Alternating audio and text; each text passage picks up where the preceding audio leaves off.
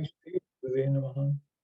Namam Vishnu Padaya Krishna Prishthaya Bhutale Srimate Bhakti Vedanta Swaminiti Namine.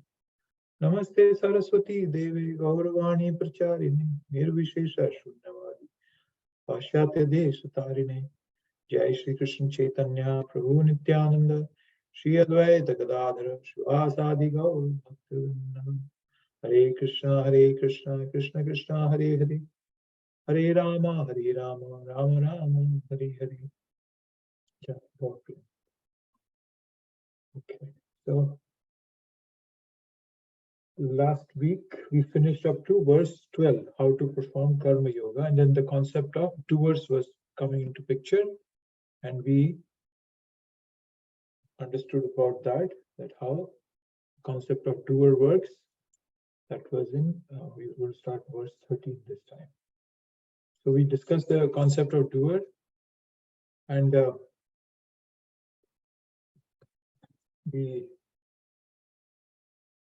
there is Ishwar, Jiva, and Prakriti. They all have a continuous interrelationship, and we as living entities, we are the doers, but we are not the sole doers. So so that's the thing to remember.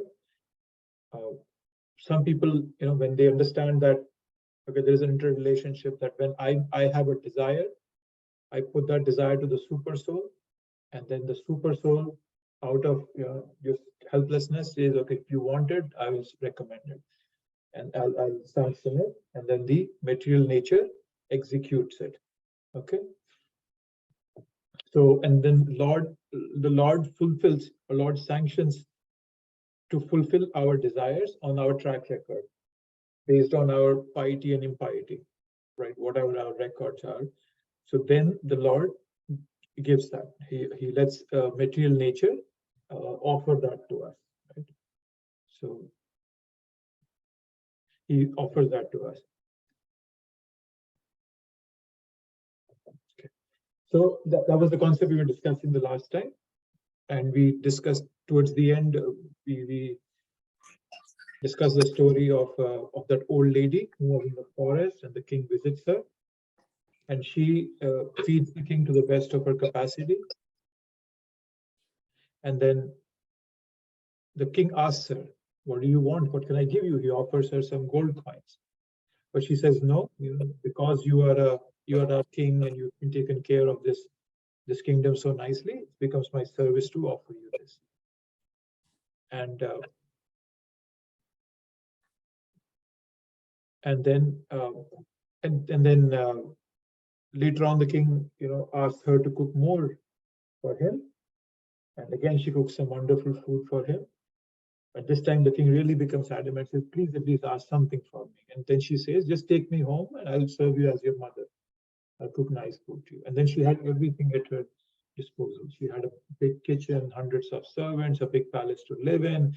And she was constantly serving the king as a mother. So similarly, if all we have to do is just serve Krishna, and then Krishna will come and ask us, what do you want? And then devotees, what do they say? Devotees say, I don't want anything. Just give me more service. And when we get more service, Krishna becomes more pleased with us. And then he eventually, finally, he just takes us back home and he lets us serve in person. So we can serve Krishna in person. So that was the concept of doership we were discussing the last time. Did anybody have any thoughts, any comments, anything that came to your mind when we discussed that concept of doership?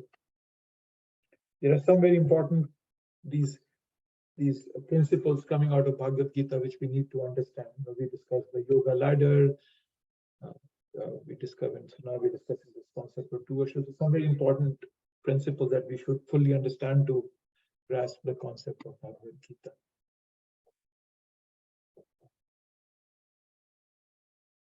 Okay, no thoughts? So last time after our class, I was talking to Sankirtan Prabhu, and he suggested me that is there a way to present this in a much easier way, this whole concept. So I tried to put it in a flow chart. I'm not sure how easy it makes? And Prabhu, you can tell me.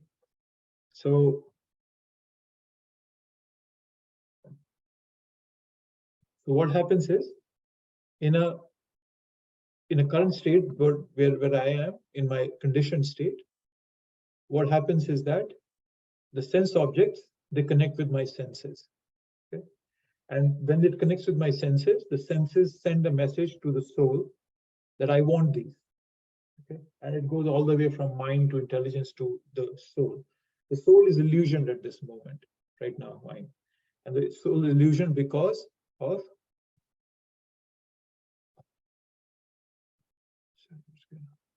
avidya. Just give me 1 second.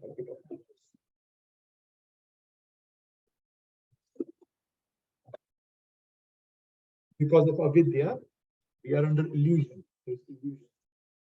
And because of that avidya, my connection with my super soul, I was disconnected. There's no connection between.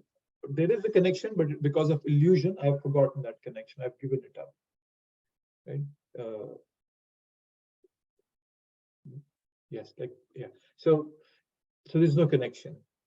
But then what happens in a liberated state, the relationship becomes inverse. So once I have a strong relationship with my soul, and the connection is strong, then I become a liberated soul, and then this whole flow of order reverses. Then the liberated soul tells the intelligence what it wants, mind executes that, and senses follow that. And even though there is an interaction of the senses and sense objects, but it becomes very much like a toothless serpent. There's this example of a verse which says that senses become like toothless serpents, that even though it may be biting you, but it doesn't inject any poison in you. And then somebody can ask, okay, how do I become a liberated soul? And that comes very simply. It comes through this verse. Towards the end, I was mentioning this verse in the last class, in the Srimad Bhagavatam 7:14-38, that the super soul is manifested to the individual soul according to the individual's comparative development of knowledge, austerity, penance, and so on. So when we do activities, I put some pictures there. Chanting, sincere chanting. Sincere means trying our best. Service to devotees. Then doing austerities. We do so many preaching activities, reaching out to there's this reaching out to the youth, reaching out, going for book distribution, cooking, prasadam distribution. There's so much we do. All that comes under the heading of austerities. And then furthermore, reading. When we read these books with a desire to understand them, with a desire to connect with Prabhupada through these books, then we become, those come under the headings of knowledge, austerity, and penances. And that's how we become a liberated soul. And depending on how much I put of that, the more my super soul starts interacting with me. Okay? That's the essence. So that's how all this whole concept works. And broadly, but the concept of doer, we have to understand that we have a responsibility. We have a responsibility that because everything begins from me, because I'm the one who desires. Okay? Because I desire, that's why everything comes into picture. And then the the Prakriti gets activated when I desire something, and then based on what I desire and what I deserve, the Lord sanctions it to fulfill my desires. So that's basically the concept of doership. Let's just go to the verses. We did up to 12 last time, so let's do 13.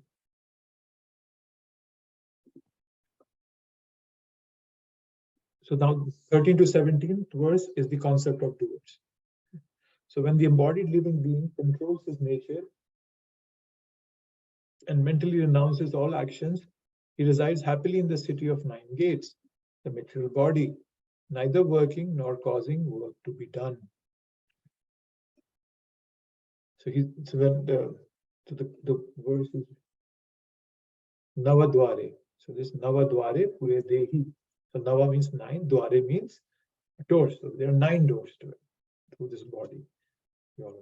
So through those 9, we become in this, while living in this body, while residing in this body, when we renounce our actions, renounce the outcome of the actions, and we control our nature. So basically, we're told to control our nature, control our mind and senses.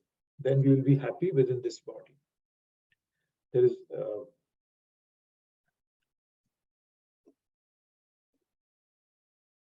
renounces on everything. Yes.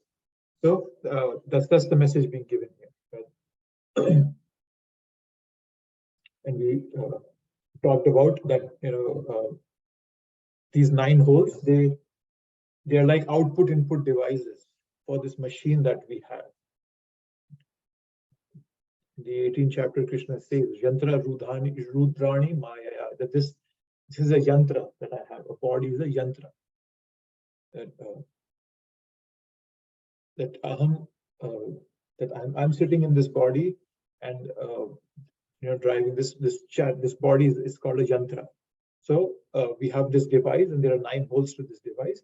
And the more we renounce the desire to enjoy and work on developing self-control, we will become happily situated in the body. Right? We'll be happily situated here. So then Krishna gives an answer. He says, "Manas sannyasa," giving up by mind. Manas sannyasa. So he's substantiating his point by another. So manas sannyasa is at the mind level. So mentally renounce all actions, thinking and understanding that I am not the doer. That person will be sukham. So there is no emotional entanglement. To the extent that we think I'm doing things, I will always be bound to them. So we talked about that example of an owner sitting in a car. So there's a driver who's running the car. The car is working. There are hundreds of parts moving, but the owner is thinking about his business. So that's the state being referred to. And Prabhupada quotes so he quotes a verse, which is from Shvetashvatara Upanishad, which is very similar to what is being spoken here. Right? So this is a faith building exercise for the readers, because other scriptures are also saying similar things. This is the genius of Prabhupada. Whatever necessary functions are happening, let them happen, but not being emotionally attached to them. So Prabhupada is bringing verses from different scriptures to corroborate what Krishna is saying, and to prove that Krishna is the Supreme Personality of Godhead, and his message is all pervasive. All the scriptures are giving the message of Krishna. So Prabhupada very intelligently brings out verses from different sections of these scriptures. So what I was mentioning just now, that owing only to the forgetfulness of his superior nature, he identifies with the material body and therefore suffers. So there is avidya, there is ignorance. It's not as if that is my true identity. It's just that I'm forgetful of my true identity. And because I'm forgetful, I identify with whatever comes to me. That story of how a king's son, once he meets an accident, and in that accident he loses his memory. And while he was at the site of accident, some villagers come and pick him up, take him to this village. They take care of him, take care of his health, and they revive him. And then he starts thinking that I'm a part of these villagers. But then when the king's men find him, and then they tell him that no, you're not a villager, you are a son of a king. And they remind him by different ways. They show him some pictures, his old pictures. They show him some clothing, some of his favorite items that he had, and slowly his memory is revived back. So similarly, all these activities that we do, reading Bhagavad Gita, we do services, we chant, all the purpose of all of them is to revive our consciousness, which we have forgotten at the moment. That's the whole purpose behind that. So, and then Prabhupada makes a very good statement here that in a controlled life, his deliberations are changed. So deliberations are changed. Now, as we were talking about that old lady, I gave the story of that old lady. So her deliberations had changed. The king had offered her gold coins, and if she would have taken the gold coins, the entire story would be different. There no more would be the king appreciating her more and asking her to, take something in return. So that would have never happened because the transaction would have been completed. That she fed me, I gave her some gold coins, and it's done. So the deliberation, her deliberation had changed. She changed her deliberation. So when our deliberations change and are inclined towards Krishna, then full freedom comes in our life. That's where. So you just see the story, going back to the story of the old lady. When she changed her deliberation and more in the service mode, she actually became a mother to the king, and all the luxuries that a mother of a king would have. Similarly, Narad Muni is another classic example. Narad Muni is free to go anywhere and everywhere, this entire creation. Nobody stops him, nobody can stop him. Okay. So he even goes to the bedroom of Krishna in Dwarka. And in the 10th canto, there are stories that how he goes to Dwarka and 16,000 palaces, and in some palaces, Krishna is in his bedroom, and he's either playing with his children or he's talking to his wife, or so on and so forth. So Narad Muni can also go to the bedroom of Krishna. So the full freedom is given to Narad Muni because his deliberation has changed. When a jiva, when a living entity has no other agenda except working for Krishna, he becomes free. So, is Prabhu saying something? Okay.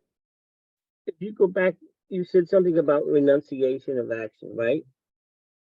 A second ago, you were talking about in the writing. It says renunciation of action. In the purport, you mean? Yes. Just go, or in the translation, just go back up. Activities of the body. Okay, mentally renounces all actions. Okay. Yeah. Now you were just saying that I'm doing something for Krishna. Everything has changed now. I'm just like you showed all those things that someone does, like the preaching and serving the your little thing. Your voice is going in and out. Can you hear me now better? Yes, now I can hear you. If you be a bit close to the computer, that will be better. Okay, so I'm trying to figure out the he controls his nature and mentally renounces all actions. Well, these actions that we're referring to here, are these material actions? Is that what you're saying? Because so actions is anything that we are as pertaining to this body, right? The activity, whatever we are doing through these senses and sense organs. Okay, but what about the actions that all those things you just showed we were doing? I'm going out preaching, I'm serving the devotees. Yes, so what it means, mentally renounces all action, means what it means is that we have no personal agenda behind it. Okay. That's what it means. Okay. So when you go out for, let's say, prasadam distribution, you're using the exact same sense organs, right? You're using your hands for cooking, smelling, tasting that prasadam is appropriate, but then you don't have any personal agenda behind it. Okay. So you're doing Lord's work, you're doing Krishna's work, so that's equivalent to no work being done, right? Because we talked about the concept of karma vikarma. So that's what it means. That it means that you have renounced all actions means that they are not your actions anymore. Just like if a government servant, for example, a government servant can, like a judge sitting in a court can order somebody to be hanged, but he has that power only because he's empowered by the government. So it's not his action anymore. It's government's action. Nobody sees it as, oh, Judge Mr. X, told somebody to be hanged. No, it's not that. It's not his action. It's it's the government's action being executed through the judge. So it's not his action at all. That's what it means, Ravi. Okay, so they're neither working nor causing work. I'm not working then, and I'm not causing work to be done. And so as long as I'm aligned with the Supreme Personality only. Yes, neither causing work nor, yes, that's what it means, Ravi. Okay. Yeah. See, where were you the other night when I read this? Because I was so confused. I mean, how can I get on the truck and renounce that action? I'm here. Somewhere I'm missing this. Yes. You know, now, thank you so much. This clarifies this so easy now, and it makes sense. Now one has to just completely align himself. That's a pure devotee. Align Yes. himself. And Is that's why Prabhu Krishna is asking Arjun to fight, right? So somebody can ask this similar question in terms of Arjun also, that you're just asking him to renounce action, but here you're asking him to fight. But he wants Arjun to function. So we have a body, right? So body has a way of working. We cannot give up this body. And like, for example, Arjun is a Kshatriya. So his nature is to fight. So his bodily function was as a Kshatriya. But if Arjun identifies too much, he identifies too much with his body, that is not good. So Krishna is asking Arjun to act, but without any principles of bondage. So don't act according to that I am the doer, that, oh, I am going to fight, I am killing people. Then it becomes your action. But if you just understand that it's my choice, that mine means Krishna's choice, and then you're executing it, so it's no more your action anymore. That's why Krishna is asking you to fight all the time. Yeah, separated, but yes, proper separated. Proper separation with that divine determination. You can perceive this. Yeah, now you're giving me the picture here. This is going to be dangerous for my existence, because this is what we need. This is what we have to separate.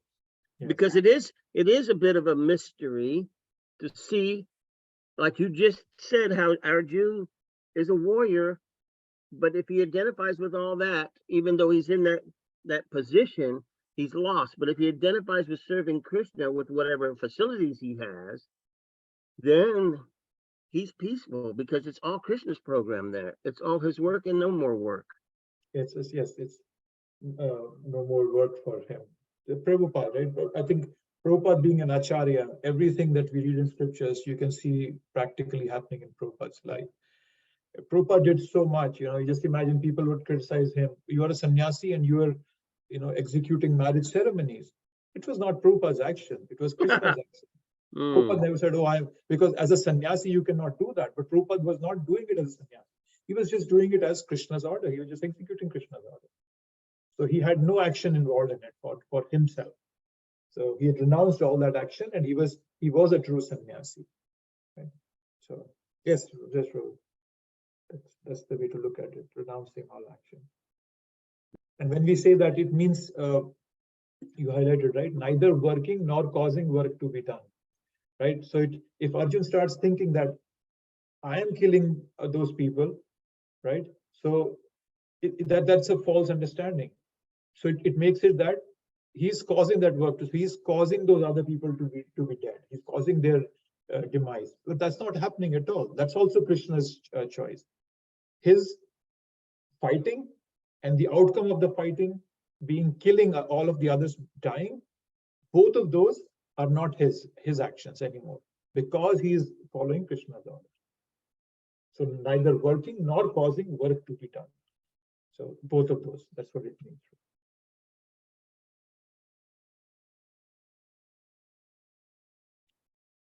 Okay. That could be a complete mystery to anyone. When you read the English language here, it is completely confusing, unless you have some type of explanation from the perspective of you saying what Prabhupada is explaining to us. This is so key, like doer, not the doer, action, inaction, all these things. There's a fine line behind this, and it either remains a mystery and confusion, or like you're saying, the guidance of Srila Prabhupada is the one that can help us decipher this. Yes. And you're delivering the message. It's really good. Thank you. Thank you, Prabhu. And Prabhupada is also saying this, I just know it. When one takes to Krishna consciousness, one at once becomes completely aloof from bodily activities. And that's where it means my deliberations have changed. So deliberations, right? Deliberation means I have to deliberate on the actions. When I'm thinking about them and I'm saying, okay, this is not for me.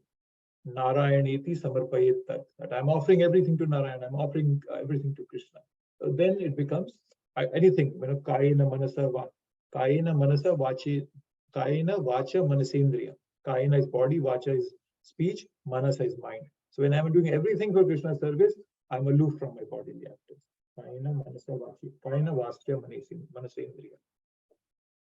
Okay, so let's move to the next one, 14th. The embodied spirit, master of the city of his body, does not create activities, nor does he induce people to act, nor does he create the fruits of action. All this is enacted by the modes of material nature. So the Lord Krishna, he doesn't cause the doership of a jiva. So the essence there, if I could explain to you in a very simple term, the concepts that are being discussed here, is primarily that I am responsible for what I am going through. So instead of acting like a crybaby and blaming the whole world, coming into a sense of victimology, saying that, the whole world is against me, they're trying to hurt me, and crying my lungs out, I just take responsibility of my actions, understanding that whatever I'm going through now is just an outcome of my actions in the past. When I take some responsibility for my life, then Krishna starts intervening in my life. So the whole concept here being explained is that please take some responsibility, that whatever is happening to me is because of my own karma. Okay?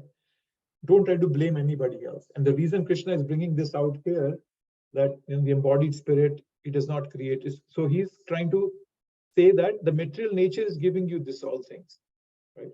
So once you understand that aspect, that whatever I've been thinking and asking for, the material nature is executing that. And what is the material nature primarily being talked about here? Where is that? Subhavas. So subhavas, Prabhupada is translating it as the modes of material nature. So the subhava that I am creating in my heart, which is a combination of the three modes, right? Sattva, Rajas, and Tamas. So all those three modes, permutation, combinations of them, is giving me what I am going through right now. Okay. That's the way to understand. So the word Prabhu here, Sujati Prabhu, is being used for the living entity. That's me, the living entity is being here. So the soul, me as a living entity, I don't do anything and I don't make others do things. So the soul is not the doer. All this happens because of one's material nature. The soul is never the doer, but as long as the soul thinks that I am the doer, the soul has to reap the results. So the Bhagavad Gita is offering a very profound thought here. I mentioned body is a machine, yantra, but when we identify with it, we become attached. So the mood here is that nature is the doer. So nature is doing certain things here. So just going back to slides here. So if you notice that, or no, before that, let me go to the early slides. Yes. So see, if you understand this concept that I was explaining earlier, we have the sense objects. So the soul is the desire. So soul is not the whole soul doer. Soul has some role to play in it, but then the super soul and the material nature also has a role to play in it. In this verse specifically, once I understand to take responsibility that I am suffering because of my past deeds and not because of anybody else, and I see that this material nature is what is giving me those results, right? That one day I woke up and I desired to eat something, and then next morning I had to, probably I'm allergic to that thing, but it's so tasty that I just ate it anyways, and I got some allergic reaction to it. So the desire was mine, but I also have to understand that whatever is coming to me is coming through this material nature. So bhavas, the three modes of material nature, are giving it to me. So Krishna is trying to ask us to take responsibility on one end, but then also what he's asking us is that understand why you are suffering. Whatever is happening to you is why it's happening to you. Understand that in a bigger picture. So yes, we are a doer, but then also understand that the material nature is also doing things. My doership is illusional. As long as I invest my thoughts that, oh, I'm the doer, I'm reaping the results. But if one day I just wake up and say that, okay, I as a pure soul, as a living entity, have nothing to do with this material world. And I disconnect myself, I renounce all action because I want to connect with Krishna. Then my doership goes away because I'm not going to be suffering anymore in this material world. So that doership becomes perfect at that moment. So a very profound thought that Krishna is giving here, that I just explained that. I'm not repeating, but that's the concept that Krishna is saying. I'll take a pause and see if anybody has any thoughts. I know it can be a bit confusing at this point here. Doer, not doer, who's the doer, Jiva doer, Prakriti doer. Is it clear to everybody?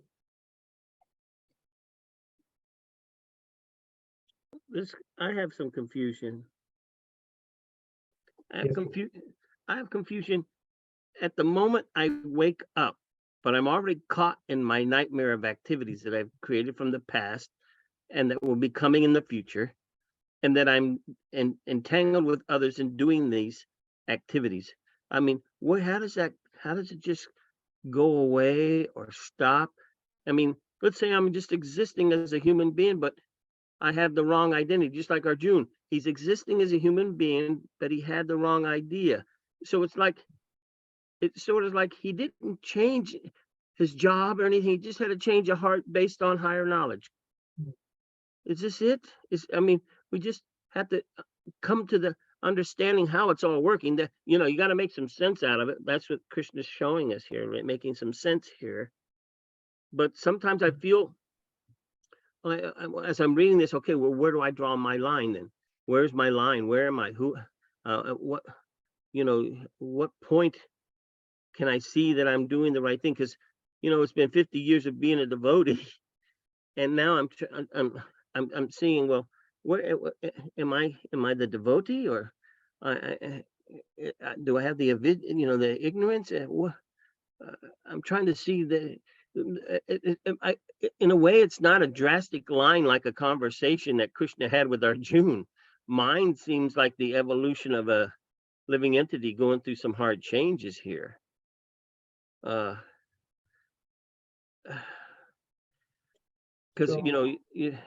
what do you think? I think it's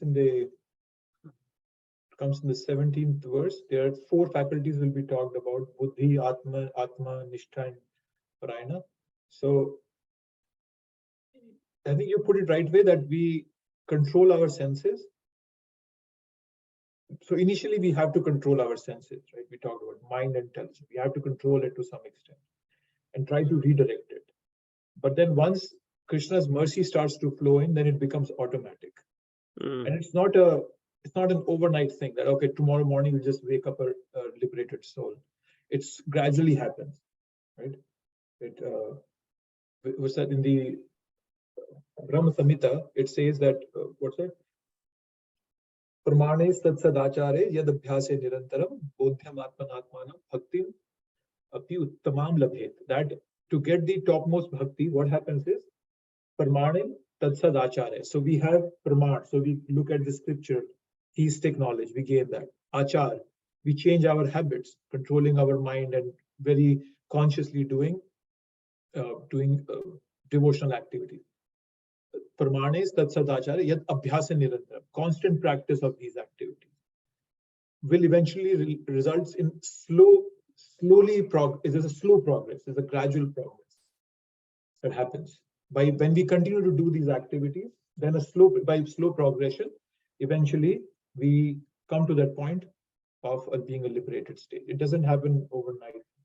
I'm sorry, I'm not sure if I fully kind of answered your question, but it's a slow progression. I just wanted to highlight that. It doesn't happen. Yeah, that makes it clearer, because as it becomes more definitive, you're thinking, well, okay, now I'm ready to jump into that next picture.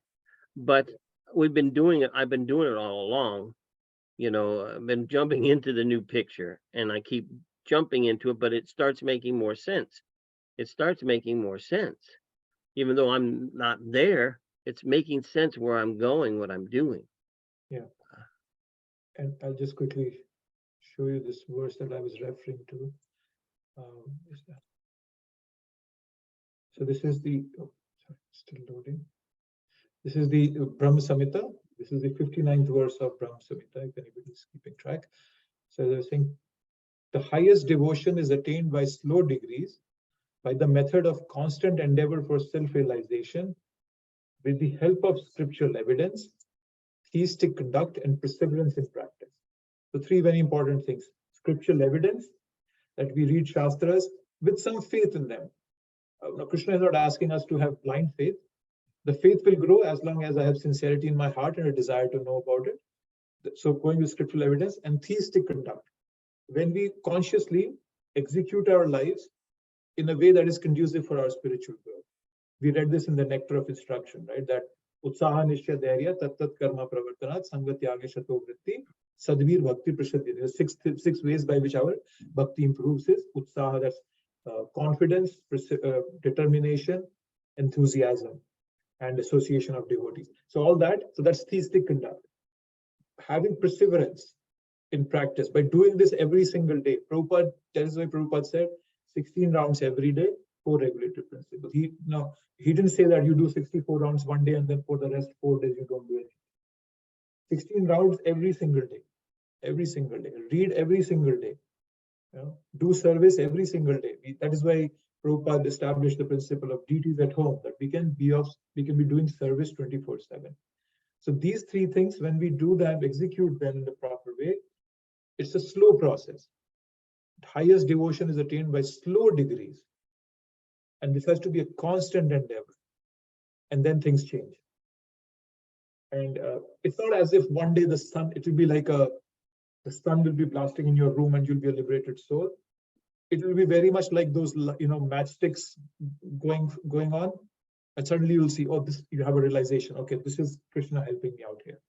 And then slowly and steadily, they become more and more stronger. And then it becomes a light bulb in the room. Then it becomes 5 light bulbs in the room. And probably one day, the room is completely illumined. And the light of the room being an analogy for this body. That's my thought, Prabhu. Beautiful. What was that? What was that? Brahma Samhita? What was the number? 559. So we only have the 5th chapter, right? So this is the 59th verse.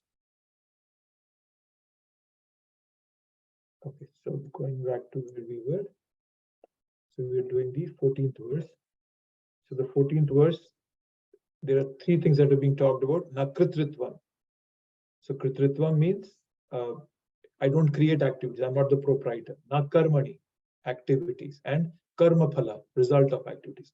There is nothing left for me if I execute everything in a for Krishna's purpose. Then everything is just the material nature acting around me, and it doesn't have any effect on me. So let's go to see what's from. What I was saying, it is ignorance acquired from time immemorial that is the cause of bodily suffering and distress. The ignorance that I have, this body is mine, that I am this body. That's the ignorance being talked about. Prabhupada is calling it immemorial because we don't know when it began. And we are not fanatics to try to figure that out. When was it that the soul fell from the Vaikuntha?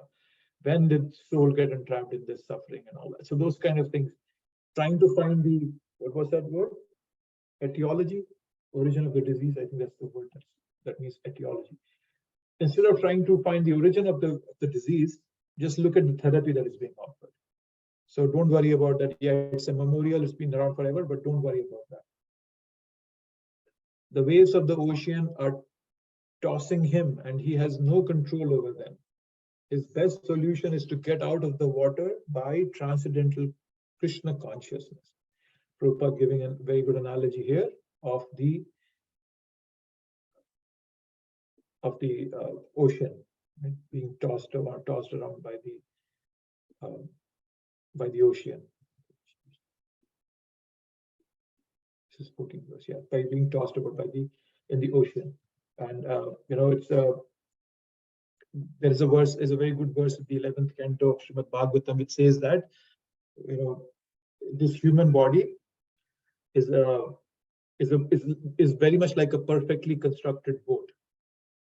And if we have a spiritual master as the captain and the instructions of Krishna as the favorable winds, then we'll be always on the right path.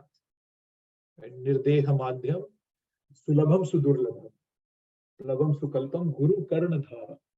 So the word Guru Karnadharam, the word Karnadharam means that he is the captain of the ship. But Karna, the word Karna also means ear. So another way of looking at that verse is that the Guru is the one who's putting in the right knowledge in my ear. So he's kind of in control of what goes in my ear. So Guru Karnadharam, Mayanukulena Bhasvatetitam. That Anukulena air, that's the winds favorable are Krishna's message. And so that's what the human life gives us. Otherwise, I'm no better than an animal. So Nirdeha Madhyam, Sulabham Sudurlabham. Sulabham means it's an award I've got, but it's Sudurlabham. It's very rare also. So because we have been tossed in this water, in waves, the best thing is to get a captain, a guru, and then keep the instructions of Krishna as the favorable winds for my boat to right there. 15. Nor does the Supreme Lord assume anyone's sinful or pious activities. Embodied beings, however, are bewildered because of ignorance, which covers their real knowledge. Right? So,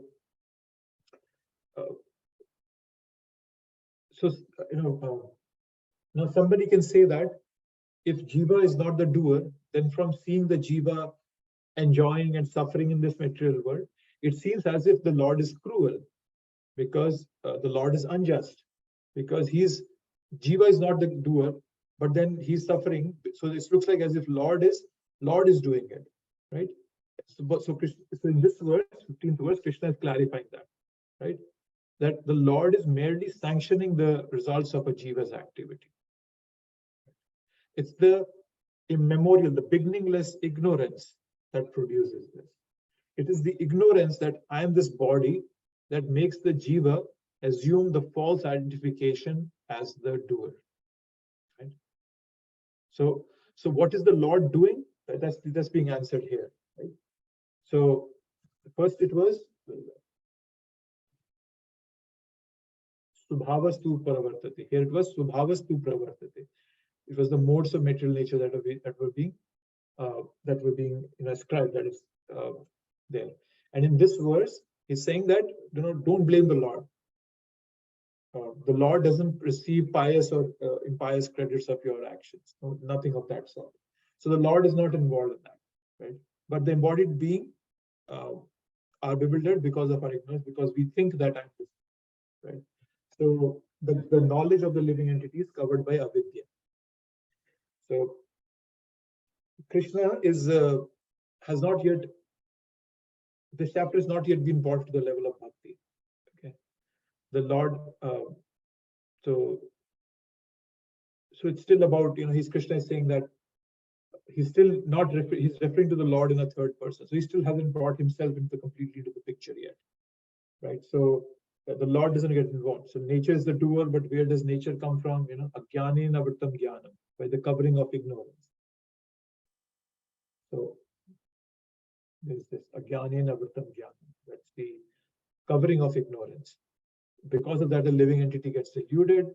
By that illusion, the soul acts in self-repeating ways.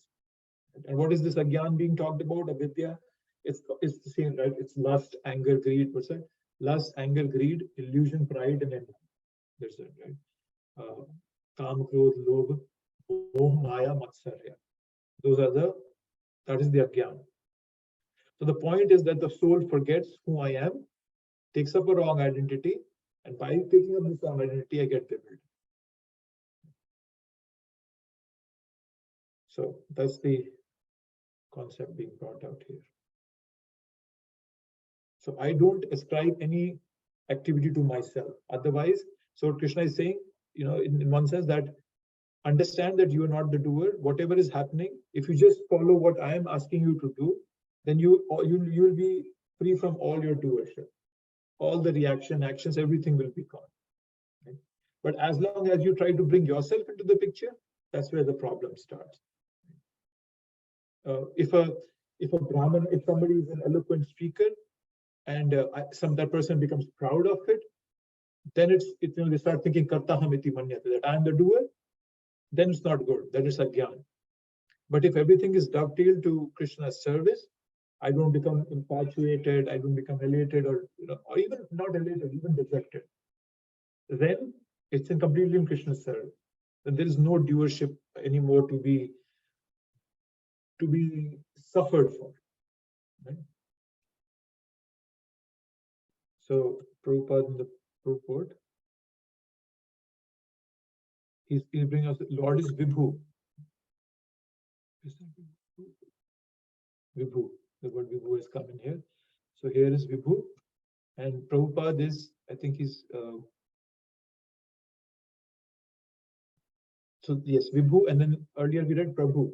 Prabhu was the living entity. Here Lord is being called as Vibhu, is omniscient. So the living entity is Anu, or atomic. So being in a bewildered condition, the embodied soul identifies himself with the circumstantial material body and becomes subjected to the temporary misery and happiness of life. I start thinking that I am the doer, and then when I start thinking that, whatever is the outcome of that thought, I also have to take that into account.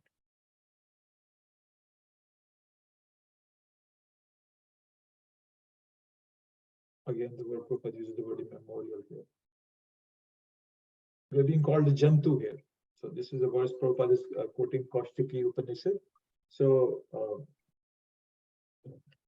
it's not a very interesting term. In generally, when we say Jantu, we talk of an animal. But broadly, Jantu means anybody who takes Janma. Right? Jiva Jatani iti Jantu. That Jiva. So the Jantu becomes bewildered.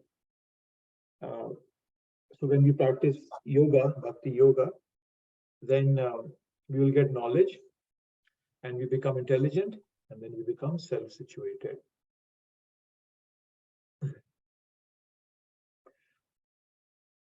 Don't try to look for a cause. Don't ask why. Always, so that's actually the worst question to ask is why. Why is this happening to me? Why am I suffering? The best question to ask whenever we are in a situation is what? What is the message for me here? Right? Some people become fanatics asking questions. Oh, why did Krishna bewilder the souls? When did we fall down? If we are all blissful, why am I suffering? And as I was saying, don't fall trapped with the etiology. Take the therapy. Don't let etiology forget our therapy. Best course is to take the therapy first and then come to the etiology. Right? As Prabhupada has given us the therapy, we just take it, not trying to answer questions which are not of much value to,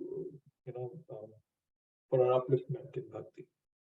Tadvidhi pranipatena pariprashnena sevaya. Those were the three things we in the 4th chapter, 34th verse came, right? Tadvidhi pranipatena.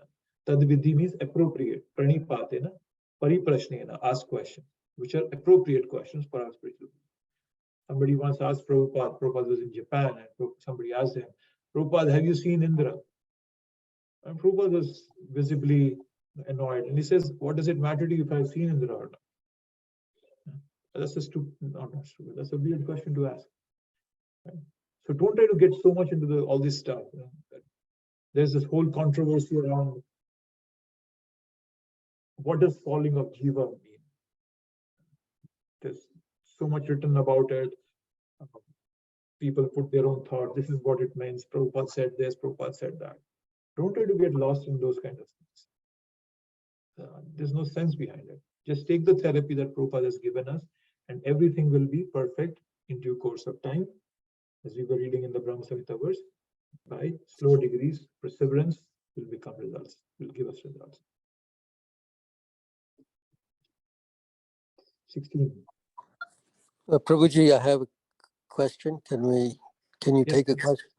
Yes, please. Go ahead. Yeah, so in the purport, it mentions man proposes, God disposes.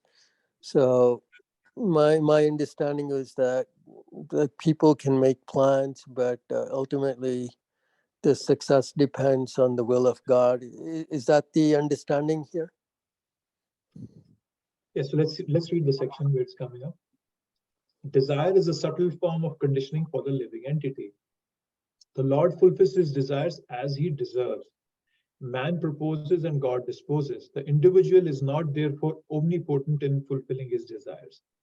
The Lord, however, can fulfill all desires, and the Lord, being neutral to everyone, does not interfere with the desires of the minute, independent living entities. However, when one desires Krishna, the Lord takes special care and encourages one to desire in such a way that one can attain to him and be eternally happy. So man proposes and God disposes. So what it means is that I can propose things. I can propose, this is what I want, Krishna. Give me X, Y, Z. But it's God's choice to dispose. Dispose means whether he sanctions it or not. That's his choice. That's what it means there. So the stress is more on the God's choice whether he wants to sanction that thing or not. So I'm not complete in fulfilling my desires. I need Krishna's approval in fulfilling my desires. That's what it means. Another important thing that Krishna Prabhupada is saying here is that, however, when I start investing in Krishna sincerely, then Krishna takes special care of, right? In the 9th chapter, 29th verse of Bhagavad Gita, Krishna says, Samoham sarva bhuteshu, rame dveshu asti na priya. That I am equal to all. Samoham sarva bhuteshu, all living entities. I am equal to all. Name dveshi na priya. Nobody is my favorite, nobody is my enemy. But ye bhajanti tu mam bhaktya maitateshu chapiham. But when you become my devotee, then maitateshu chapiham. Then I become your friend. Then I become very close to you. So for everybody, for living entities who are not devotees, who are not connected to Krishna, who are not even desirous of that, they will desire something, and then Krishna will define based on their earlier, pious activities, impious activities. Then Krishna will accordingly dispose of that, without any envy, without any love, without any connection, without any relationship to them. Having a no friendship with them, and no enmity with them. It's a neutral state for God. So that's what it means, Prabhu. Okay. So this concept of man proposes, God disposes, how does that tie into the actual, the verse, nor does the Supreme Lord assume anyone's sinful or pious activities? Embodied beings, however, are bewildered because of the ignorance which covers their real knowledge. Yes. How do you see? Yes, what Krishna is saying here, that he doesn't assume. What it means is, but what the word assume mean here is that Krishna is not responsible for anybody's sinful or pious activity. So the word assume means that he's not as if that. That's what I was saying earlier, that sometimes people can ask this question that, oh, if the living entity is not the doer, if he's not supposedly he's just out of ignorance acting as a doer, that means that whatever he or she is suffering, living entity, is because Krishna is giving it to them. So Krishna is basically a cruel God. So to clarify that doubt, Krishna is speaking here that I am not giving you anything. All you're getting is, I'm just sanctioning what you're desiring. So that's what it means. That the word assume here means I'm just a sanctioner. I didn't say that, oh, Prem-dham, you go and desire to enjoy in some way. He didn't say that. But I had a desire, and he said, okay, Prem-dham, I've been trying to explain to you. You don't understand it. Fine, here it is. Go ahead. So it's just that he's a sanctioner. He's not giving it. It's not as of out of choice that Supreme Lord is giving those sinful or pious activities and their outcomes. Right, the Lord is not responsible for your sins or your pious activities. I think that's what. Yeah, that's the right way of putting it. He's not responsible for it. Right, but my question is about, man proposes and God disposes. How does that tie back to what, about the Supreme Lord not assuming anyone's sinful or pious activities? Yeah, so that's same concept here, right? So the man is proposing something. So I come and say, Krishna, this is what I want. Okay. And then Krishna sanctions it. So he becomes the disposer of that particular desire. But that doesn't mean that he is the originator of that desire. Okay. He's not he's not the one who is giving it. He's the one who's just sanctioning it. So the word disposer can be equivalent to the word sanctioner. And because he is just a sanctioner, neither sinful or pious activities is he responsible for, the Supreme Lord. Okay. The word assume can mean responsible. Okay. Thank you, Prabhuji.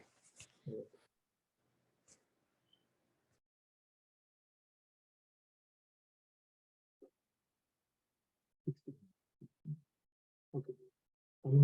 Then, however, one is enlightened with the knowledge by which the science is destroyed, then his knowledge reveals everything, as the sun lights up everything in the daytime.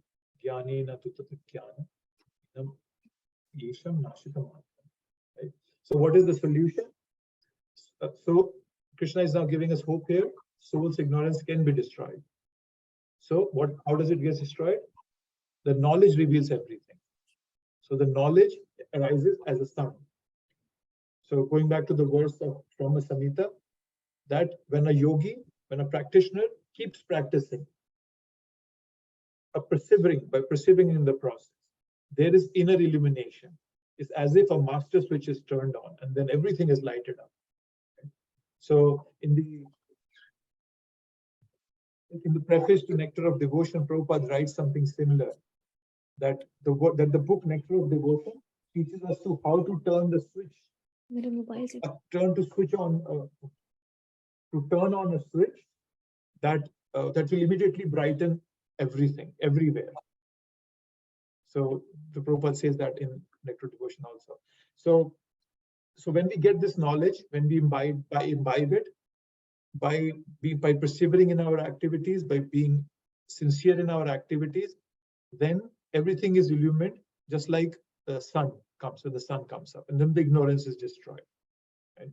So right now, I am wallowing in the darkness of my material conception of life.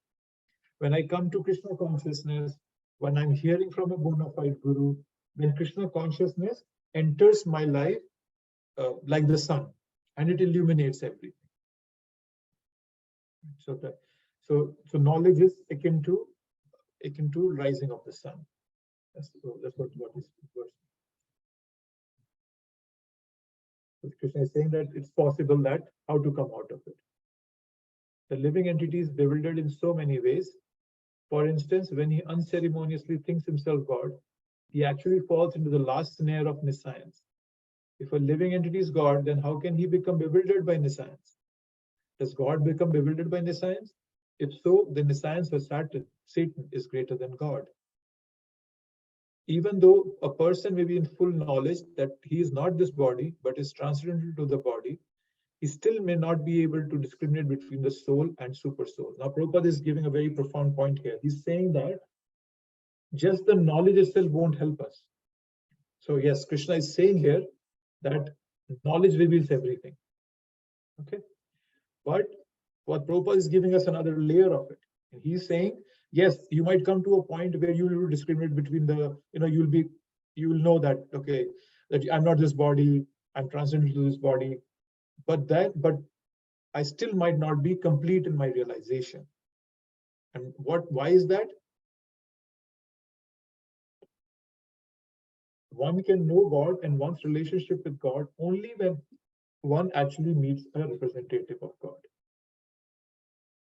So Prabhupada saying in the earlier sentence, we can know everything well if he cares to take shelter of the perfect bona fide Krishna conscious spiritual master. So it's an important aspect here, that even though I might have knowledge, I might have memorized every single verse in Bhagavad Gita and all the Shastras, and I've got this factual knowledge that, okay, I'm not this body, I'm a soul. But still my knowledge is incomplete because I haven't taken shelter of a pure devotee of Krishna. So yes, Prabhupada is adding another layer to this knowledge.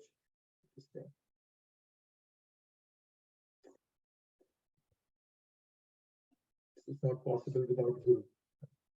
And for example, for example, Socrates, right? You might have, many people, if you might have read about Socrates, this philosophy. So he had come to a point where he had Atma Gyan. I think, it was Socrates who was offered a cup of poison to drink. And, they said that either you take back what you are proposing or you eat this poison. And he kept on saying that I'm not this body. He kept something similar to what Krishna is saying here. And they said, okay, if you're not this body, go ahead and drink this poison. He said, fine, I'll drink it and nothing will happen to me because I'm not this body. So he had Atma Gyan. That Atma Gyan can be understood by my own endeavors. But understanding Krishna, by understanding the complete truth, is impossible without a guru. Right? So Prabhupada is saying the purport, identity with individuality in spiritual life is real knowledge based. Identity. Yes. Identity in spiritual life, identity with individuality in spiritual life is real knowledge. Right? So, and then before that he says, at night we see everything as one in the darkness, but in day when the sun is up, we see everything in its real identity. And identity with individuality in spiritual life is real knowledge. What a profound sentence. Just imagine Prabhupada has packed everything in this one sentence. Individuality means I have an individual entity, Krishna is an individual entity, and then, but I am in a spiritual life, means I am understanding what true spirituality means. That's real knowledge. Okay. Perfect. So we're in the 17th verse. When one's intelligence, mind, faith, and refuge all are fixed in the Supreme, then one becomes fully cleansed of misgivings through complete knowledge, and thus proceeds straight on the path of liberation. So there are 4 faculties being talked about here. Buddhe, Atmana, Nishtha, Parayana. Buddha is Atmanas, Nishtha, and Parayana. So Buddha is intelligence, Atmana is mind, Nishtha is faith, Parayana is taking complete shelter. So, so we just don't fix our intellectual faculties, which is intelligence and mind, but we also have to fix our faith, Nishtha. Tat Parayana, the word Parayana means making Krishna our goal, taking complete shelter of him. And when this kind of Gyan comes, it's Kalmasha, it Gyan Nirdhuta Kalmasha. It cleanses all our misgivings. So our consciousness, if you notice, is moving around in these 4 lanes of intelligence, mind, Nishtha, and Parayana. And we have to keep all of them 4 unified. Right? That was Devasatmika Buddhi, Ekehi Purunandana. Bahushakhaye Anantasya, Buddhayo Avivasayina. Second chapter, 41st verse. That when my mind or my buddhi is running in all different directions, it's of no value. I'll not make any progress. It has to be focused. Satmika buddhi, it has to be one pointed moving forward. And how do we get these kind of convictions? It's by hearing from a bona fide source. We develop such conviction. So first of all, when we hear from a guru, conviction comes. From such conviction, which is function of an intelligence, comes absorption, which is a function of a mind. And when through conviction and absorption, then our faith builds, then we get Nishtha. And then eventually the final goal of Parayana comes into the picture. Right? So surrender is being talked about here. And this is the kind of first time Krishna is giving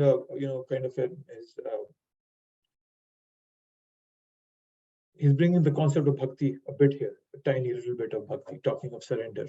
Right? From the 7th chapter onwards, it will be completely direct, but here is still a bit indirect. Tat Parayana, so he's saying in the Supreme. So who's that Supreme? No, he's still referring himself to the 3rd person. Right? So yes, so these 4 faculties. Intelligence, mind, faith, and determination, or Parayana, complete surrender. So the 4 things being talked about. So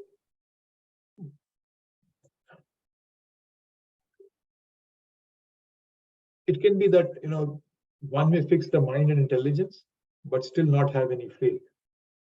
Okay, so that's still incomplete.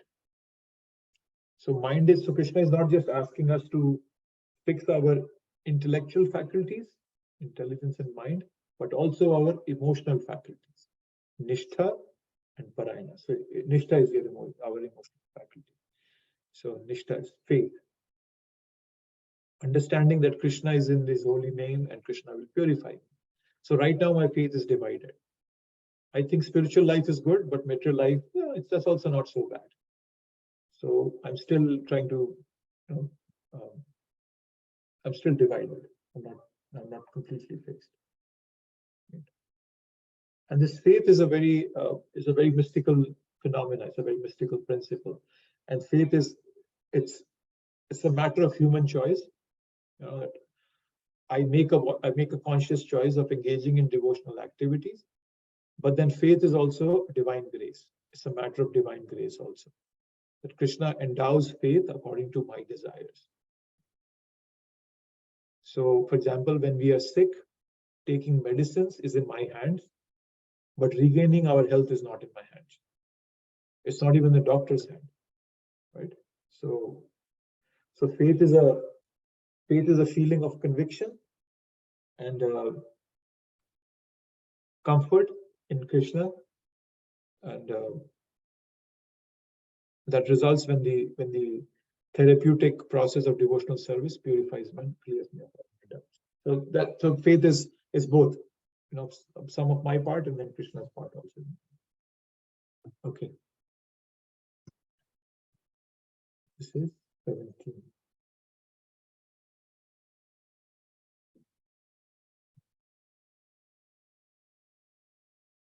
One whose mind, faith, intelligence, and refuge are always in Krishna, or in other words, one who is fully in Krishna consciousness, is undoubtedly washed clean of all misgivings and is in perfect knowledge in everything concerning transcendence. A Krishna conscious person can thoroughly understand that there is duality. Okay, so Prabhupada is bringing out the concept of Achinta Bhed Bhed Tattva here. That concept is being brought out here. So, one who is Gyan Nirdhuta Kalmasha, he understands that there is duality, simultaneous identity, and individuality. So yes, I am what I'll give you a simple way of understanding Achinta Bhed Bhed Tattva, or simultaneous identity and individuality, is that I am qualitatively same as Krishna, but I am not same as Krishna quantitatively. That's the way to understand simultaneous identity, but then there is also an individuality. There is separation also. So I have all the qualities of Krishna. Okay, the desire to be superior in this material world is coming because Krishna is superior. He's the supreme most, and I am a part of Krishna, so I have a desire to be supreme also.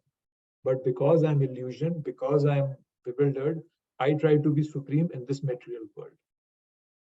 So the misguided living entity tries to use that transcendental quality that Krishna's, but in a very perverted way. That's just an example. So that's what it means: simultaneous identity and individuality. So Achinta Bhed Bhed Tattva. That is why the philosophy that Mahaprabhu gave us is perfect, because it encompasses everything that other acharyas have taught. Some acharyas come, they say, oh no, there's Advaita. Somebody will come, Advaita, Abhīṣṭa-dohaṁ. So, and there's so many Shankaracharya, Ramanacharya, they're all given their own philosophy. But Mahaprabhu comes and brings everything together. Very extraordinary way. That we are also same as Krishna, but we are also different. That's the way to understand that. Simultaneous identity and individuality. Okay, Vidya Vinay Sampanne Brahmane Gavi Hastini. Prabhuji, a quick question about you said that we have same qualities as Krishna, but like we understand that Lord Krishna has 64 qualities, and so by no means do we have the same 64 qualities. So how come you're saying that we have the same qualities as Lord Krishna, even like Vishnu Tattva, and that they have even lesser qualities than Krishna, maybe 60 compared to 64. So, how is it that we have the same amount of qualities as Lord Krishna? So we are parts and parcel of Krishna. Okay, so we have the same qualities. Some of them, they are not at all. You can say, well, you're right in saying that Krishna has some qualities that we don't have. For example, there are 4 which nobody has. I think that's his devotees, his flute, his pastimes, or 4 of them, right? So they are different. But in a general sense, more looking at it, that it didn't mean that we are exactly as what Krishna is. We are, but because we are his part and parcel, just like a son. A son is a part and parcel of Krishna, of his father, right? So he's coming from his father. But that doesn't mean that the son is exactly like the father.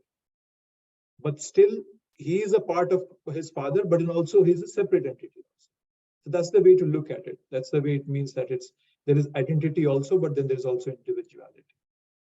I'm not saying that we have 100% qualities what Krishna has. We don't have that.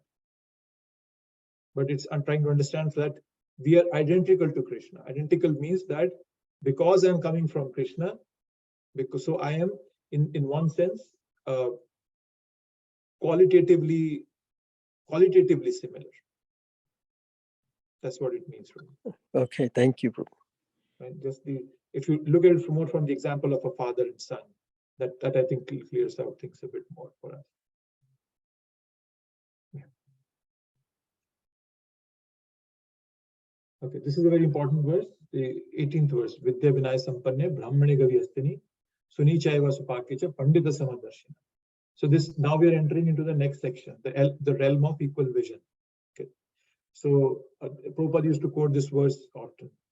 So people who follow what's given in verse 17, who fix their intelligence, mind, faith, and refuge, they all, what do they become? How do they act then? What is that? They have equal vision. Okay. Right. So Prabhupada was once giving a class in Germany, and one rough young boy, he stood up, and so Prabhupada is giving the 4 classes of society: Brahman, Kshatriya, Vaishya, Shudra. And so one person stood up, and he very arrogantly and asked Prabhupada that, which class are you? You probably are the Brahman or topmost class. And Prabhupada just said, no, I'm the 5th class. I'm servant of all. So Prabhupada was not discriminating anybody. He was looking at everybody with the Vidya Vinaya Brahman Samadarshina. He was Samadarshina. So the Vidya, that is education, Vinaya, gentleness, are qualities of a devotee, of a Brahmana. And we should see the difference on the bodily surface, but then we also should see unity in the sense that we all are living entities. We have soul in our hearts. So the examples being given here are a cow, an elephant, and a dog. So these examples have been very intelligently put there by Krishna. So cow is in a mode of goodness. Well, all the animals are in a mode of ignorance, but it's not just that we all are purely in one mode. It's an intermix of other modes also. So a cow is in a mode of goodness in ignorance. Okay, just understand it that way. That if somebody has to pick the best out of the lowest, so that becomes the cow. Elephant is in a mode of passion. A dog is in a mode of ignorance. That's why those 3 are being brought here. And then there are 2 other examples: Brahmana, who's in a mode of goodness, and there's a dog eater at the end of it, who's a mode of ignorance. Right? So the Vedic knowledge is so refined that people are characterized even according to what they eat. Just imagine. So Swapacha, the word Swapacha used here, Swapake, is dog eater. Okay. And similarly, cow eaters are called Malechas. Pig eaters are called Yavanas. Right? So a person who's attained the qualities given in 5:17, that person becomes Vidya Vinaya Sampanna. He becomes, he looks at everybody with equal vision. But that equal vision doesn't mean that we treat everybody also equal. So equal vision doesn't mean equal reciprocation. And so remember that there's a fine line in between there. So in this world, we have two levels that we operate on in this world. Bhakti Vinod Thakur talks about that in his book, Jaiva Dharma. He says that there is Paramarthika and there is Vyavaharika. So Vyavaharika means ordinary dealings. Okay? So ordinary dealings means that we have to work in the restriction of three modes of nature to practically apply the philosophy. So in order to survive and move around in this world, we have to act towards people according to what they are expecting, because they don't have our frame of reference, right? When you go for an interview, let's say for a job, you just don't go to people and say, when they ask you, where are you from? You just say, well, I'm coming from Golok now. I'm from Vaikuntha, I'm a spiritual soul. You don't say that. You tell them where you are coming from. I live in town and so forth. So that is Vyavaharika. That's the way. So we live our lives according to the, we work according to the restriction of the three modes. Even though I'm not a part of it, but I still behave that way because I know that not everybody is in the same frame of reference. So we see everyone as equal, but not necessarily treat them as equal. Understand? So I see Tiger as an equal to me because he also has a living entity. He's a living entity and he has Krishna sitting in his heart. But then I don't go and pet the tiger because the tiger doesn't have the facility to accept what I'm offering. So just understand this nuance here, that even the Samadarshana means that I see Krishna in everybody, but that doesn't mean that I treat everybody like Krishna. I'm not saying, oh, okay, I treat everybody equally. I make my distance from the tiger. The tiger will eat me. So I know how to create harmony, and I don't create disturbances. We read this in the 3rd chapter, where it was said, "Buddhi bhedam janayet, jnanam karma sangina." That a buddhi, we don't interrupt, we don't interfere in the course of action of other living entities. And when we interfere, we do interfere, but we interfere in a way that is according to the frame of reference to that other person. Prabhupada said that realization means when you can give this knowledge to somebody in the way that they can accept, then it's realization. So understanding that aspect. So I just want to bring this out, that Samadarshana doesn't mean that we treat also as equally, everybody as equal. Yeah, we are seeing everybody as equally. We see that everybody has Krishna sitting in their heart. Everybody's a living entity, but we don't treat them equally.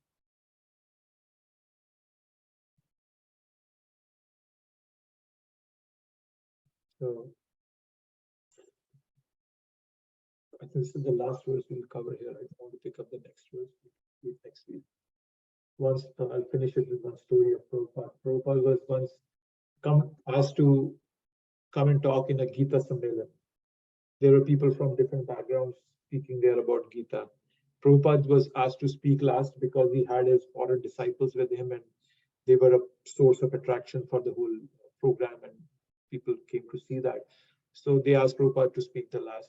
And there were people who spoke before him and they were all speaking nonsense, Mayavadi stuff, that you are God, I am God, everything is God, let's merge in God, and all that sort of nonsense.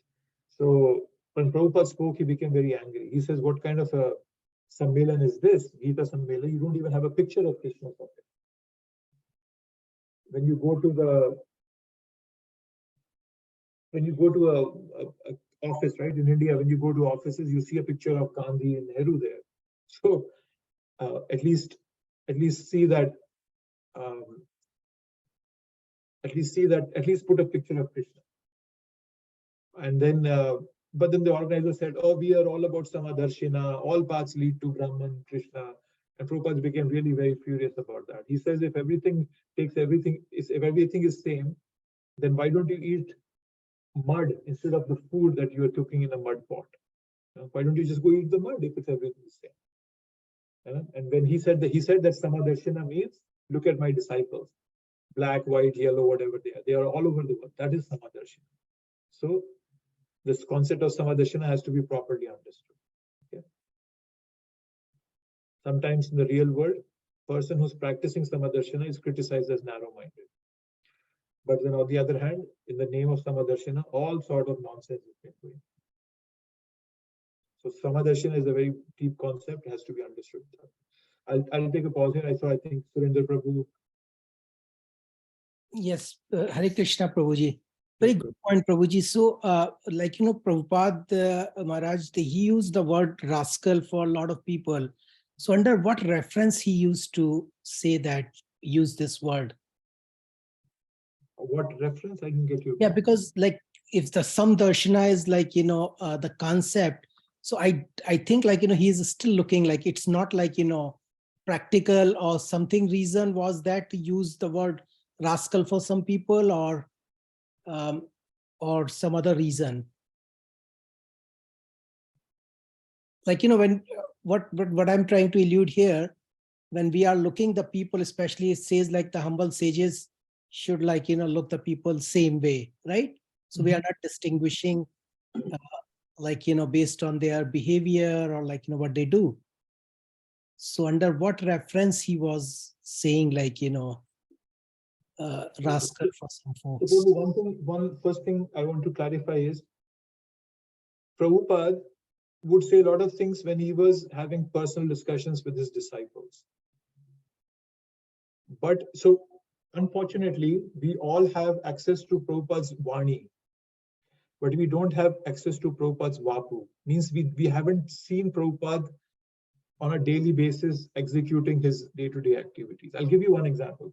Prabhupada severely criticizes Mayavadis in his books. When Prabhupada came to US, he used to live with a Mayavadi, Dr. Mishra. He would cook for that Mayavadi. And he had very good relationships with that Mayavadi. When Prabhupada was not feeling well in 1966 and he was in the hospital, a Mayavadi came to see him. And Prabhupada treated him with utmost respect. And Prabhupada gave a seat to him, offered him some foods to eat, and he was very, very gentle with him. So when Prabhupada uses such words, one thing to look at it is that he's only using it within a close group of his disciples.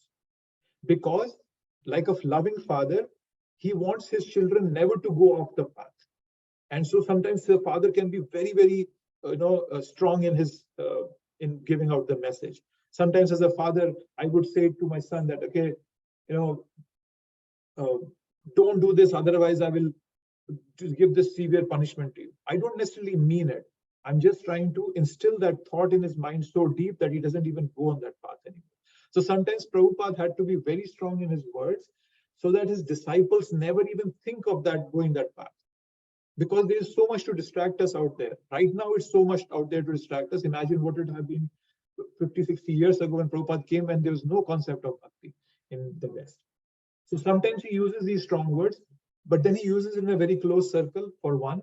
And secondly, he uses them as a father, as a loving father, right? Like for example, in the beginning of Bhagavad Gita, Krishna calls Arjuna an impotent, klebdam ma samagama partha. But he's a close friend. He's a loving friend of Arjuna.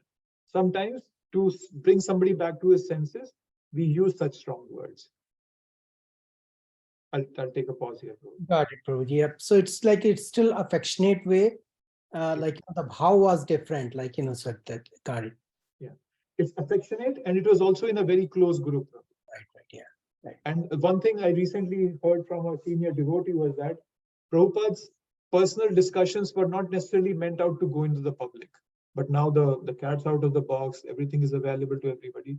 But initially, Prabhupada was not so inclined in everybody reading these things because people can get easily distracted. I have had personal experience with these. Somebody, a Western devotee, he read a discussion between Prabhupada and his disciples, and he was completely confused. And he just said, I cannot follow this path because I heard Prabhupada say this. And it took me some explaining to him that, first of all, this discussion was never meant for you to read. It was a very personal discussion. And beyond that, it's very hard for you to understand all this at a very early stage of your bhakti process. So it can be confusing and also, distracting for many people. But these were the reasons why Prabhupada spoke it as a father, as a loving father, and only to a close group of friends. Right, yeah. Thank you so much, Prabhu. Close group of disciples. Sorry. Yes. Okay, so yes, we'll wrap up here, the 18th verse. Once again, we are ending at a very important concept of Samadarshana. Think about it, what it means to you. And Sridhar Prabhu brought out a very good question here. So think more about it. But we'll wrap up here. Any last minute points here? Anyone else?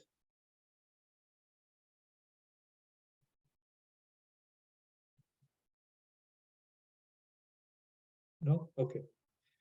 Thank you very much. We'll wrap up. We'll get back